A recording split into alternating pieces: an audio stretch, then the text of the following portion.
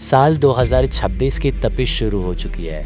ममता बनर्जी, जिन्हें पूरा बंगाल दीदी कहता है, क्या वो चौथी बार सत्ता का शिखर छू पाएंगी या फिर बंगाल की राजनीति में उथल पुथल होने वाली है? आज के वीडियो में हम न केवल दीदी के 15 साल के काम का हिसाब करेंगे, बल्कि उस दर की भी पड़ताल करेंगे जिसकी चर्चा आज मीडिया के गलियारों में सबसे ज़्यादा है। हवाई चप्पल, सफ़ेद सूती साड़ी और कंधे पर एक झोला। पहली नज़र में ये छवि किसी साधारण महिला की लगती है, लेकिन भारतीय राजनीति में इसे अग्नि कन्या कहा जाता है। ममता बनर्जी की राजनीति को समझने के लिए आपको 2011 में जाना होगा, जब उन्होंने 34 साल पुरानी वामपंथी किले को ढाया था। उनका सबसे बड़ा योगदान है डायरेक्ट बेनिफिट ट्रांसफ़र और सोशल वेलफेयर स्कीम। कन्याश्री और लक्ष्मी भंडार, इन योजनाओं ने बंगाल की ग्रामीण महिलाओं को दीदी का सबसे मजबूत वोट बैंक बना दिया है। आज भी दीदी की छवि एक सादगी पसंद नेता की है, जो सीधे आम जनता से संवाद करते हैं। यही वजह है कि तमाम एंटी इनकम्बेंसी के बावजूद उनका व्यक्तिगत करिश्मा बरकरार है। लेकिन सिक्के का दूसरा पहलू भी है। आज मीडिया और सोशल मीडिया पर एक ख़ास तरह का डर चर्चा में है। ये डर 3 स्तरों पर है। राजनीतिक हिंसा का डर, बंगाल चुनाव और हिंसा अब जैसे एक दूसरे के पर्यायवाची बन गए हैं। विपक्ष आरोप लगाता है कि वह लोकतंत्र का गला घोंटा जा रहा है और आम वोटर अपनी मर्जी से वोट देने में डर महसूस करता है। मीडिया में अक्सर सीमावर्ती इलाकों में बदलते जनसांख्यिकीय संतुलन, डेमोग्राफिक शिफ्ट पर बहस होती है।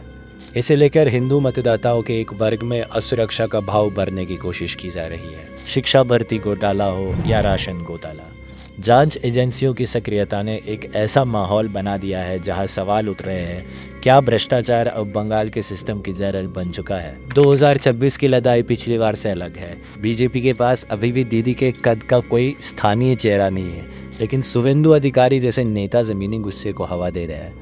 टीएमसी के अंदर अब कमान धीरे धीरे अभिषेक बनर्जी के हाथों में जा रही है। क्या पुरानी पीढ़ी के नेता और नई पीढ़ी के कार्यकर्ता तालमेल बिठा पाएंगे? बेरोजगारी और पलायन, मीडिया रिपोर्ट्स बताती है कि बंगाल का युवा काम की तलाश में दूसरे राज्यों में जा रहा है। यह एक ऐसा मुद्दा है जो दीदी के विकास के दावों पर सवाल खड़े करता है।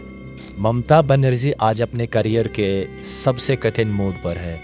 एक तरफ भ्रष्टाचार के आरोपों में घिरे उनके करीबी मंत्री है और दूसरी तरफ अभिषेक बनर्जी के नेतृत्व में उभरती नई टीएमसी।